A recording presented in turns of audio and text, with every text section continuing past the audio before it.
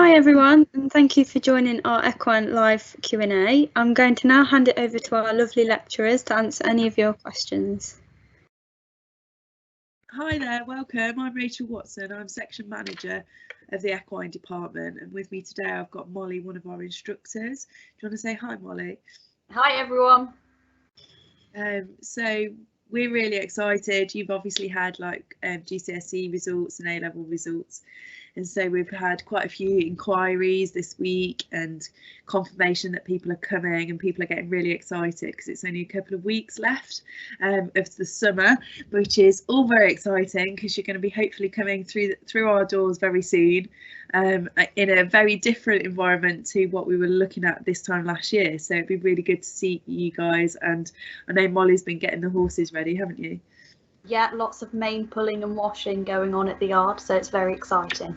Yeah, definitely. I'm just going to show you some of the posts that we've been putting out. Hopefully you guys are seeing lots of the information that's on Instagram and stuff like that. So what I'm going to do is just show you our Instagram page, and then if you just want to put in the chat if you guys have got any questions and things, so you can see. Oh, sorry, we've had one question already. What GCSEs do you need to pass to get into this? To get into it? Yes, grades do you need for the course? Okay, so what we've got is, I'll share something else in fact. Let me just pull something else up for you guys. So what we've got is a progress map. So hopefully you've got that on your Open Day website. And what you'll see here, if you're wanting to come on to the level 2 diploma, then it's 4 GCSEs at grade D or 3, including maths, English and science. And then to get into the level 3, it's the 5 GCSEs at grade 4 to 9, including maths, English and science. And then if it was the degree programme that you were looking at, then it's 72 UCAS points or merit at level 3 extended diploma. I hope that answers your questions. What we've got is really exciting. We've got quite a lot of bespoke courses within the larger course. So even though it's just level 2, for example, it looks quite basic, then you have got a couple of pathways. So you've got something that's called the Grooms and Horsemanship pathway, and then the equitation pathway, so more about the riding and things like that.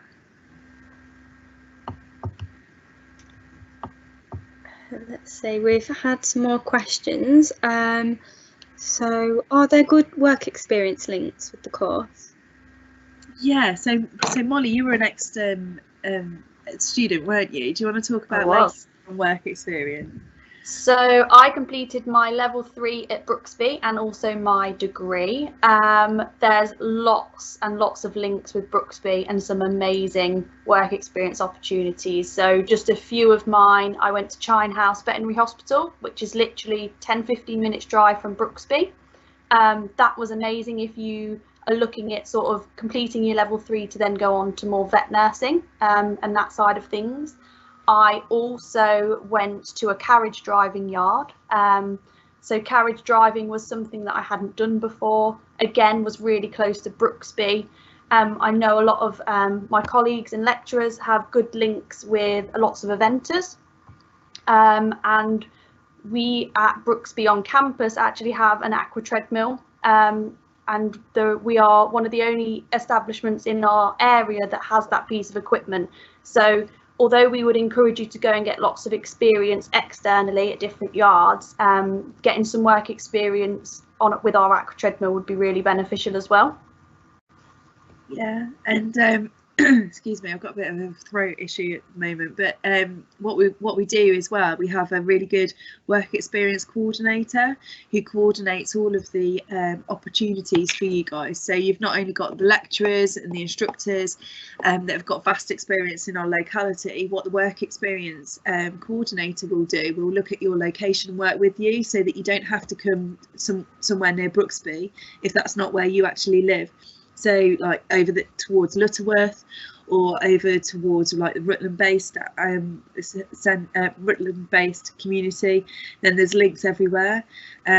as long as they've been health and safety checked and they are known by the college. So if you had somewhere new that you wanted to go to that we've never used before, that's absolutely fine, as long as you go through the yard work experience coordinator, and they'll make sure it's safe, basically. So we've got a duty of care to make sure that you're going somewhere that's got the right insurance and that's got the right health and safety policies and procedures.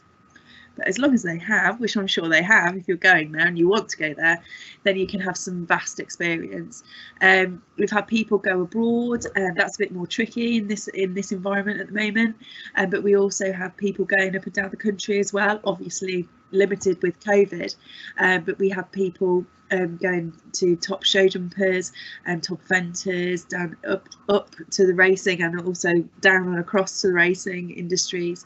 And like Molly highlighted, we really do try and get you to think outside the box. So it might be that your aspiration is to be a nutritionist, but we get you to go and do different things in different areas of the industry to make sure that, you know, by the time you've done your work experience, you're like, yes, I definitely want to be a nutritionist, or actually maybe rehabilitation might be the option for me. Brilliant. We've had another question about transport. If they don't live near to Brooksville, will there be buses that come by, or? Yeah, so we have a vast network of transport, basically, and there's a link in our website link that you've already got for transport. I'm not a specialist in transport, but I know that we take from Nottingham, we take from the Rutland area, and then all the way over to from Hinckley and things like that. So there's not very many places that I know that we don't go, and you can get into college. And we also do have availability for accommodation on site, so you can apply to have the accommodation on site as well. Brilliant. We've had another question come through. Are you able to do work experience at Brooksville? So what we try and do is we try and place you somewhere that's not at Brooksville initially. Now, if that is a massive issue, then you can do a number of hours at Brooksville. The reason we don't want you guys to do too many hours at Brooksville is because we don't feel that you're going to get a vast spread of expertise that you don't already have access to in your course. So we don't really think that it's a great opportunity for you to come and to be working alongside students in a work experience capacity. We think it's really valuable and rich for you to go to a different yard that maybe makes you feel a little bit like you're going to employment rather than just coming to college. And then you have all those different work experience and practices to get used to.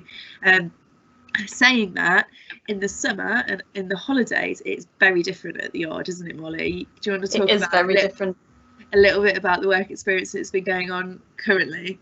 Yes, so I work predominantly at the yard. I'm up there 5 or 6 days a week, and when students are on their summer holidays, the yard is very quiet. All our horses do have a couple of weeks downtime, but then they are brought in and worked. We try and get them worked sort of 2 or 3 times a week if we can. Some of the younger horses need it more than others, but ultimately over summer the yard goes through a whole revamp. We get the paintbrushes out, we sweep, we weed, we try and put new posters up, all around the day-to-day care of the horses. And we do have a few of our students that, bless them, they do come in once or twice a week and help us out, and that is really helpful for us. And it is a little bit more of more industry experience, because the yard is ran sort of as a commercial yard, as it were, not necessarily in an academic sort of environment. So yeah, it's very different. And if you do join us and you come and offer some time with us, then we try and get you doing as much as we can to try and get that real industry type experience. Brilliant. We've also had, what careers could this lead to in the future?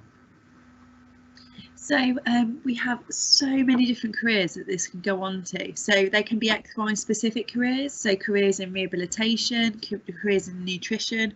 So we've got quite a lot of people that have a passion for a bit more science-based things, so that can be into nutrition or anatomy and physiology, and people that really like dissection. So a nutrition specialist, I know that Molly, you did some of that initially, didn't you, with was it Dr.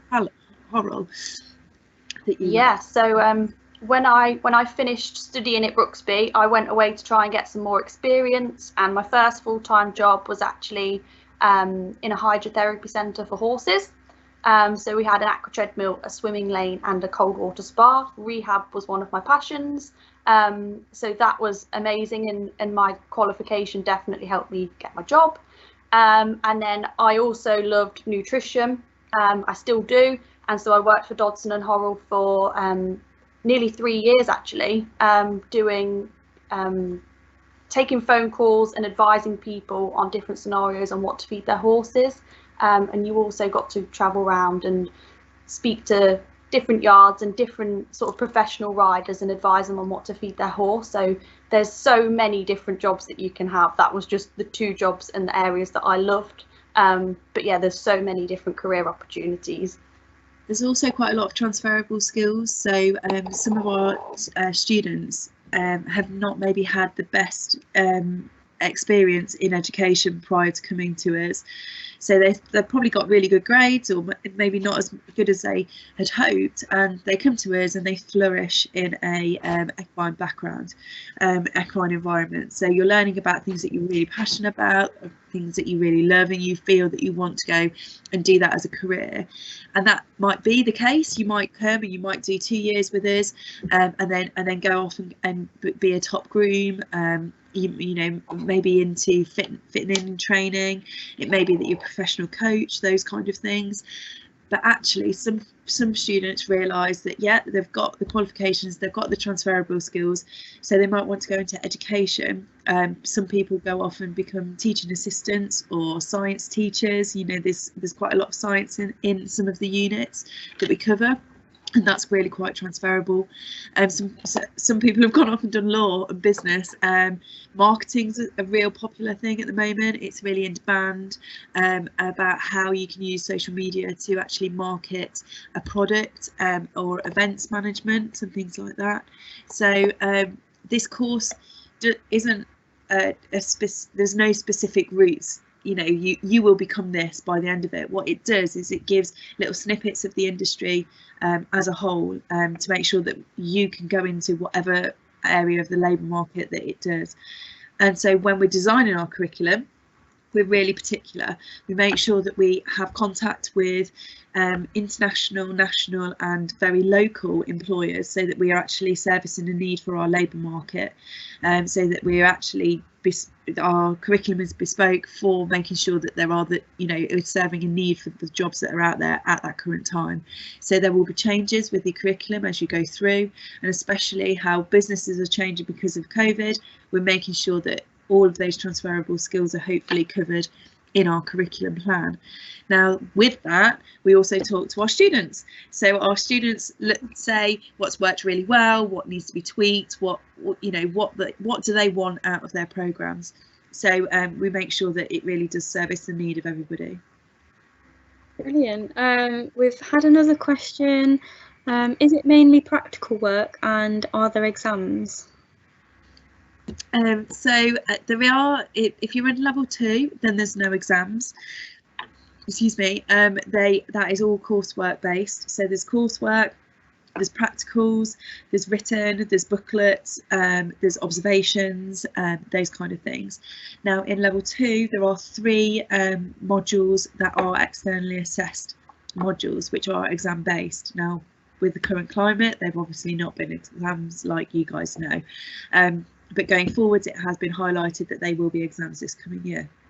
So you have 2 exams in the first year and 1 exam in the second year, and we really make sure that we look at breaking down what is actually needed to be taught, what you guys need to know, and we do loads and loads of practice. So we do multiple mock exams, some quite relaxed, some more formal, so that you guys get the really very best shot at it. And it works really well, actually.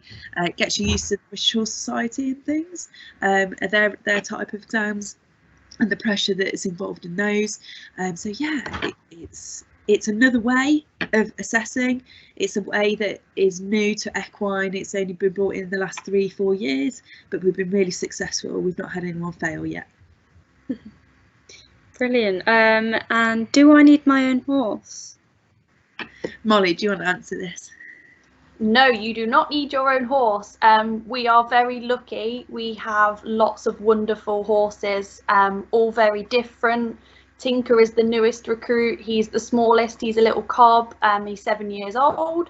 All the way up to sort of ex-show jumpers and ex-eventers. Scruff is a very good example of like the ultimate all-rounder. He's excellent. So no, you don't need your own horse. All our horses are there, ready to do practicals, lunging, jumping, flat work. So yeah, don't worry about having your own horse because we have lots and lots that you can use. Brilliant. If you did have your own horse and you wanted to bring it to college, you can do that as well. And someone like Molly or one of her colleagues can help you out with that.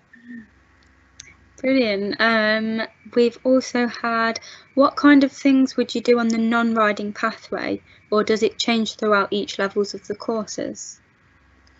Yeah, so in level 2, then it's really focusing on the ground schooling. So it will be all the different types of ground schooling. So if you're not aware of what that would look like, it would be things like lunging, ground pole work, working in hand, free schooling, long reining, those kind of things. And then as you go on to level 3, then it will be more of the analysis of the horses and actually what do they need to progress in their schooling. So you're looking a little bit more at their anatomy and about their performance, looking at their gaits and how you can improve them from the ground, really, because we've got to be realistic, haven't we? We're not all going to be at the Paris Olympics in 4 years or 3 years time, and we need to make sure that we are servicing the need for our labour market again. So the people who have got the jobs for us once we graduate, they are wanting us to be able to perform on the ground, so that get the fizz out of the horses before they sit on them and get the gold medal and things like that. So yeah, that's the kind of thing that you'll be going on to. Lovely. And do you do competitions at college? Do you want to answer this, Molly? So we do run regular student competitions. We tend to have a Christmas show, and then we always have an end of year show, and that looks like dressage, show jumping. We try and do some on foot games and sort of teamwork games, and it's always really fun. If you join us and you want extra shows, then you'll have to let us know so that we can try and organise it, and you can give us your ideas on what you'd like to do. Yeah, we've got we run quite a lot of events management modules, and they always make sure that they do some charity events and things like that. So it's not always on horseback, but the majority of the things you can imagine are on horseback or in hand showing and things like that. We also run a prepare and present for competition, so that's everybody doing that as part of their course for level 3. And they're graded on it, and we also make sure that we've got a squad that runs. So if you wanted, you can apply to be in the squad, you get a trial, and then they have time to actually do extra training, and then they're the people that get chosen to go out and compete against other colleges, which has been limited for the last couple of years, but hopefully we'll be able to set that back up. So you have inter-college competitions, you have competitions against each other, and other levels of courses, and also charity competitions. So quite a lot of the competitions. We've also had, do you need a certain level of previous experience of things like yard work? So entry requirements are on your GCSE results or the equivalent level 2 or level 3 qualifications that you have, or UCAS points, but you do get assessed. So at interview, we might ask you things about, what's your previous experience with horses, and if we feel that you've had no experience with horses, then you might need to go and do some work experience in order to get onto our courses, because we need to make sure that people are safe. And then if you wanted to go on the riding option, for example, you do have to have a ride assessment, and that's all in the link that you've got. So it's just towards the bottom, it's like what to expect from your riding assessment. We just need to make sure that you're safe on board and you can get to where you're at now to completing your qualification. Brilliant. And can I still do the course if I require additional learning support? Yeah, so as long as you've told us exactly what you need, we just need to run it past our LSA lead. So that would be Louise Walder-Miller. She's an absolute guru and will be able to provide us with the right advice and the right support needs that you guys need. As long as that's all in line and we've got availability of that support network, then yeah, we can offer places. Brilliant. And what days will I be in college? So it depends year on year. I could probably look because I've got a timetable to hand because I'm that good. So we've got level 2s are in Tuesday, Wednesday, Thursday and Friday. The grooms pathway are in on Monday, Tuesday, Wednesday and Thursday. Some of the riders are in at that for the level 3 as well. And then the people who are just riding are in similar days, but I think they're in on the Friday instead of a different day. It all gets a bit complicated because what we'll have is we'll have a riding pathway for level 3 that have some ride and a non-riding pathway, which is like the business route and things like that. So you can get more information as soon as you come for enrolment. You'll get specific timetables. Brilliant. And how often would we ride the horses on the riding pathway? Do you want to take this, Molly? Yeah, so usually you would have approximately 2 lessons a week. That's usually involving a flat lesson and a jump lesson. And that is where you'll have around an hour. You'll be allocated a horse with your set instructor, and then you go up to either of our schools and you have that lesson, and then it is your duty to care for that horse before and after exercise. I think it's only 2 sessions, isn't it, Rach? Unless you're in squad and then you get extra training. Yeah, so it's 2 sessions a week. You get, if you're in squad, then yeah, Molly, you do get extra training. And then if you do the coaching pathway, there might be opportunity to do extra riding as well. Brilliant. And we've had another question. Is your weight limit including tack, body protector, or just the person? It's as the person as you would be riding, and we don't actually put a body protector on. Maybe we should do that, but we don't presently. Brilliant. And is there still time to apply? Yeah, there's still time to apply. Obviously, we'd need to take all your considerations into account, but yeah, put your application in. Let us know that you want to come. We'll sort it out as best we can.